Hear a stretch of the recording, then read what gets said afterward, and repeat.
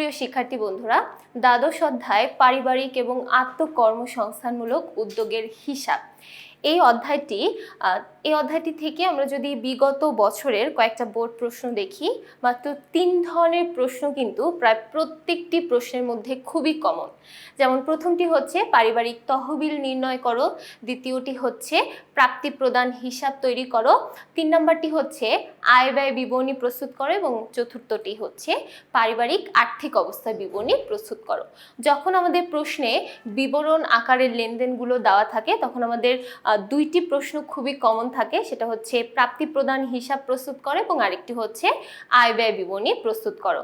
আবার যখন প্রাপ্তি প্রদান হিসাবটাই দেওয়া থাকে তখন আমাদের দুইটি কমন প্রশ্ন হলো আয় ব্যয় বিবরণী প্রস্তুত করো এবং আর্থিক অবস্থার বিবরণী প্রস্তুত করো।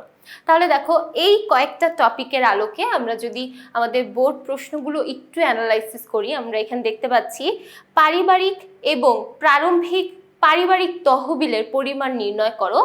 এই টপিকটা কিন্তু প্রায় প্রত্যেকটা বোর্ড প্রশ্নে কমন ছিল, অর্থাৎ যে বোর্ড প্রশ্নগুলোতে আমাদের পূর্ণাঙ্গ সিলেবাস ছিল সেই পূর্ণাঙ্গ সিলেবাসের প্রত্যেকটি বোর্ড প্রশ্নে কিন্তু আমরা এই প্রশ্নটি কমন দেখেছি। এরপরে আরও যে টপিকটা আমাদের প্রশ্নের মধ্যে থাকতে পারে সেটা হচ্ছে মূলধন জাতীয় ব্যয়ের পরিমাণ নির্ণয় করো। এই টপিকটা কিন্তু আমরা হাতে গোনা মাত্র 3টা বোর্ড প্রশ্নে দেখেছি। একটা হচ্ছে চট্টগ্রাম বোর্ড 20, যশোর বোর্ড 20 এবং বরিশাল বোর্ড 24। এছাড়া আর বাকি যে বোর্ডগুলো সাধারণত এই প্রশ্নটা খুব একটা বেশি কমন নয়। এছাড়া আমরা দেখতে পাচ্ছি আয় ব্যয় বিবরণী প্রস্তুত করো অথবা আর্থিক অবস্থার বিবরণী প্রস্তুত করো। এই টপিকটা থেকে অনেকগুলো প্রশ্ন চলে এসেছে। যেমন দেখো, আয় ব্যয় বিবরণী থেকেই কিন্তু আমরা সবচেয়ে বেশি প্রশ্ন দেখতে পাচ্ছি, অর্থাৎ এই প্রশ্নটা থাকবেই। যদি 12 অধ্যায় থেকে সৃজনশীল প্রশ্ন চলে আসে তাহলে এই প্রশ্নটা আসবেই, এটা তুমি নিশ্চিত থাকতে পারো। এছাড়াও আরও যে প্রশ্নটি কমন সেটি হচ্ছে পারিবারিক আর্থিক অবস্থার বিবরণী প্রস্তুত করো।